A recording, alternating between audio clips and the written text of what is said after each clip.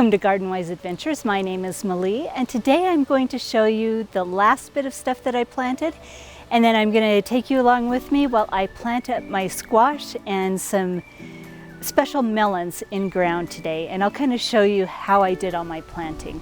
Now, I did do one video, just a teaser video of planting my Asian pear, and you'll notice how hard it was to plant in that ground. Most of it was about that hard. I only have about 4 inches of topsoil over the top of the grass, which is over really hard rocky clay ground, mostly rock, a little bit of clay, all hard. So it took a lot of digging with the pickaxe, so it's taken me a couple of days to get everything planted. But I'm going to show you what I did for planting the trees, and I'm going to show you what I'm going to do to plant squash so I don't have to pickaxe out the ground to plant it. So here's an overall view of what I've done. There's a bit of a mess still because it's still a work in progress, but let me go over what I've planted. Now we're going to start in the front yard. One thing that I was really happy about, but now I'm really worried about, is my pomegranate. This one is the Slovatsky pomegranate. Most of it's looking pretty good, but if you really look closely, some of the leaves have turned brittle. Now what happened was I guess the plant was not rooted out really well, so when I pulled it out of the pot, it lost the bottom half of the soil and ripped some of the roots. So that is from the root damage from planting it. But there still are some healthy areas, so I'm going to continue watering it judiciously, not too much, not too little, and see if we can get it to continue to grow. Now the next thing that I have is this weird contraption right here. Now this is what I'm using to protect my pawpaw. Now this is my mature pawpaw right here. This over here is a 3-year-old pawpaw that I'm debating whether or not I should create a protection for. But this pawpaw was 2/3 bigger last year. And I lost it because number one, the water quit working in this area, and number two, it did get fried in the sun. But it's 3 years old, and you're supposed to be able to let them go after 3 years. Okay, so this little tree is not 3 years old yet, so I'm going to show you what we've done to protect it. Now this is shade cloth, and we have zip tied it. You can see the little zip ties right here to rebar. And so the rebar won't pull through. If you can see through there a little bit, I put duct tape over it, so it's not sharp. Now let me show you my pawpaw. So this little pawpaw, let me see if I can get the shade cloth out of the way, went through a little bit of a trauma. It was out in a cold, desiccating wind and lost all its beautiful big tropical leaves. But as you can see, there's new buds coming on, and the branches are still green, so I have high hopes for it. This one is a sunflower pawpaw, and I'm really excited to see if we can get it to grow. So over here in this area, I planted a bush cherry. This one I think is Juliet bush cherry, and supposedly they're really good. They're a little on the sour side, but I wanted something that would flower in the spring and be big and beautiful and edible. So we've got one there. This is my Shinko Asian pear, the one that I planted in the other video, and it's looking pretty good still, even with the wind that we're having. This is a KSU Chapel pawpaw, another one. It had the same issue with desiccated leaves. And as you can see, hopefully you can see, there's new leaves coming in on this one too. All along the edge here, this little tiny plant is a sea kale. So I planted 6 of them. 3 here, and then 3 on the other side of this honeyberry. Now this honeyberry right here is a blue banana. It looks pretty sad right now.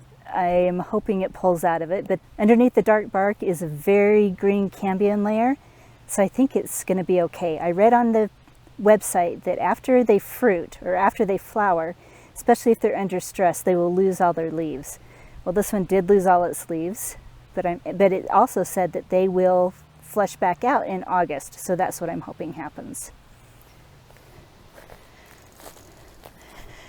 This little honeyberry was planted on the other side of the house, And it has put on a lot more growth since I put it here in the last couple of days. It's just... And on the other side, it was looking a little nitrogen starved, but that is starting to pull out of that now. All these little rough edges here are from grasshoppers. We've got a ton of baby grasshoppers, but I put out Nolo bait this year, and I'm hoping that helps slow them down a little bit. And maybe we'll do another video on honeyberries, possibly next year when we get some fruit.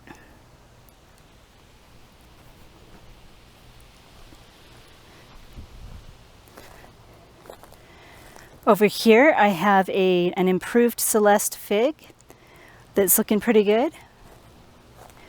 We haven't lost any more leaves off my Giro persimmon. I'm hoping that does well.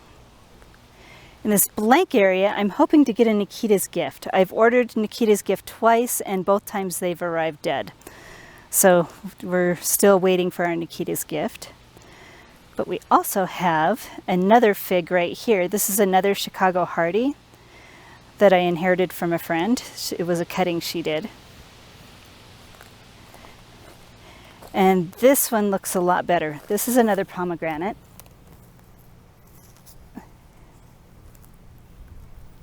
This is another cold hardy pomegranate. It's a Kazaki with a little flower on it. I'm not expecting any fruit, not expecting that to fully open. You know, trees do go through a little bit of transplant shock. And then the last things that I did are just total, I don't know what I was thinking.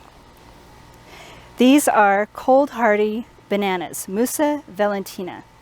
They're hardy down to zone 7, which I am not a zone 7, so I'm thinking that I'll need to protect these.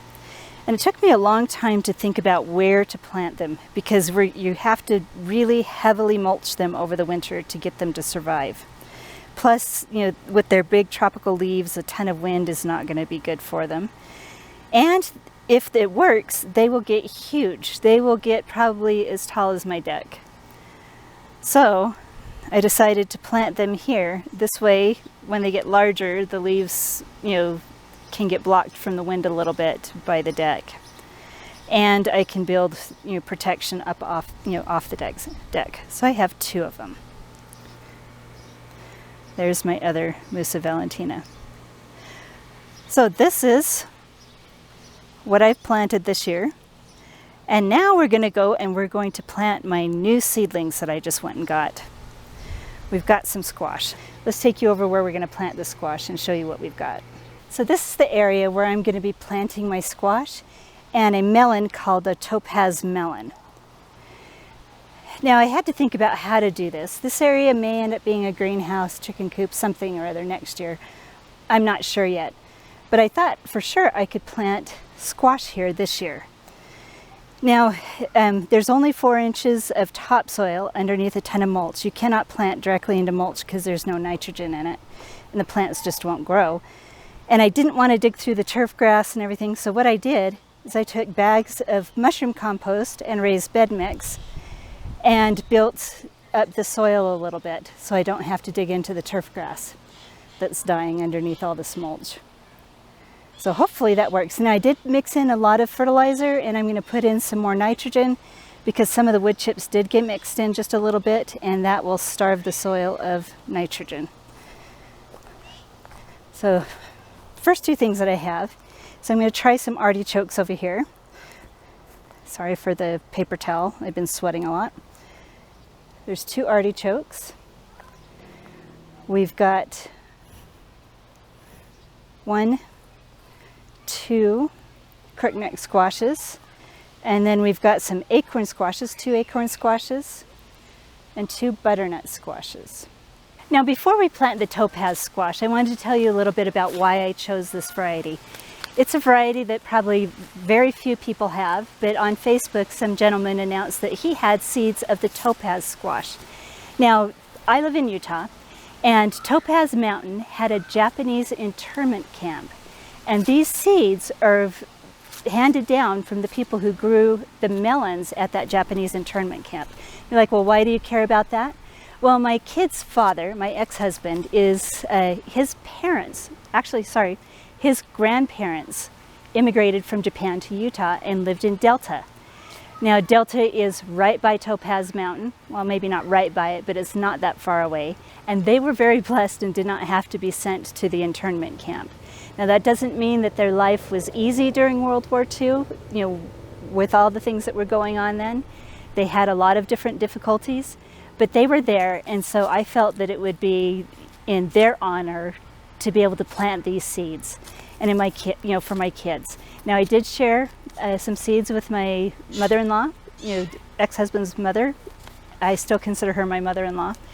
I shared seeds with her, so she'll be growing these also. She lives just a few miles away from me. So anyway, let's plant these first. Now I'm hoping these survive. These seeds were from 2 years ago that this gentleman saved, so I'm hoping that they'll survive. Let me show you how we'll plant these. Now because we don't know how the germination rate on these seeds, if they're going to germinate or not, I'm going to plant all of them. Some of them are even falling apart right now, so I don't have a lot of hope, which makes me sad. But we're going to try it anyway. So oh my word, I hope there's any good seeds here. So what I'm going to do, actually, let's sprinkle the area with a little bit of blood meal so it has some nitrogen in it, because there's some wood chips mixed in there. And then I'm going to find the seeds that are not cracked and just plant them a few inches under the ground. And we'll plant several of them just to see. That one's cracked. That one feels okay. And then we'll keep these moist, and once they've germinated, I'll pull the mulch back over the top. This one feels like it might be okay. So does this one. So we'll just plant a ton of them just to see if any of them will germinate. And now I'm going to go over here and plant some more in this area over here using the same method. So before I plant the rest of them, I wanted to show you what they look like. This one right here might be okay, but you can see a lot of them are cracked. It's just not really hopeful.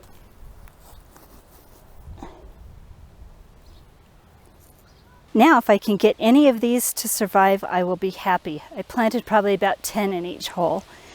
And like I said, I'll pull the mulch over them once I see them sprout. So let's plant a squash and show you how I'm going to do that. Now, I wanted these to have a little more of a chance to grow, so I didn't start them by seed. Starting them by seed right now, the end of May, is perfectly fine. But, I'm impatient, so I went to the store and bought these in these little peat pots. Now, peat pots are great to plant. I personally like to take most of it off, but I think really, especially in drier areas, it could suffice just to take the lip off.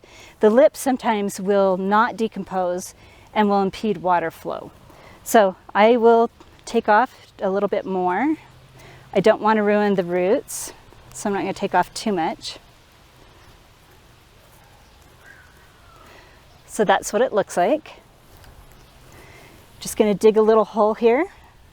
I've already pre-watered this, and I will water it again. Put it down. You can see the roots in there. I've got blood meal in here, and I've got regular fertilizer. Just push it in, and there's my squash.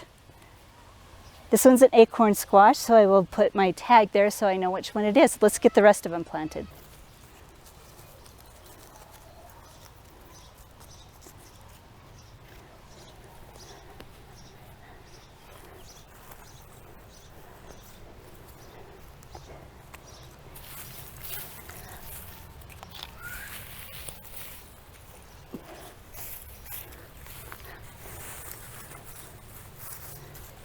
So there we are, all planted. All I need to do is water everything in. Now if you notice, I pulled the mulch back over these, but I didn't put it up right against the stems. So anyway, yeah, the mulch is just pulled almost to the stem and not quite there. So thank you for coming along with me on this adventure, and I'll keep you updated on the topaz melons, and hopefully some of them will sprout. I would love to be able to keep those. And I hope you enjoyed this video, and if you did enjoy this video, please like and subscribe, and go have a wonderful garden adventure.